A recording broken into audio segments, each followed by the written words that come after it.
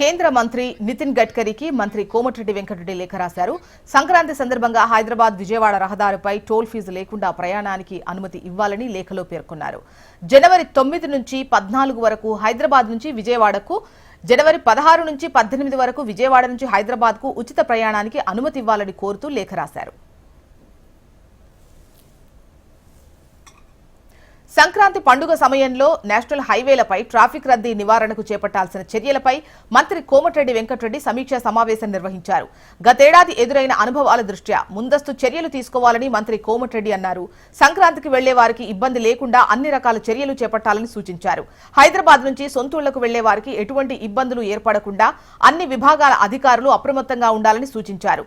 తూఫ్రాన్, అబ్దుల్లాపూర్మెట్ ప్రాంతాల్లో రేపు మంత్రి కోమటిరెడ్డి వెంకటరెడ్డి ఫీల్డ్ విజిట్ చేయనున్నారు.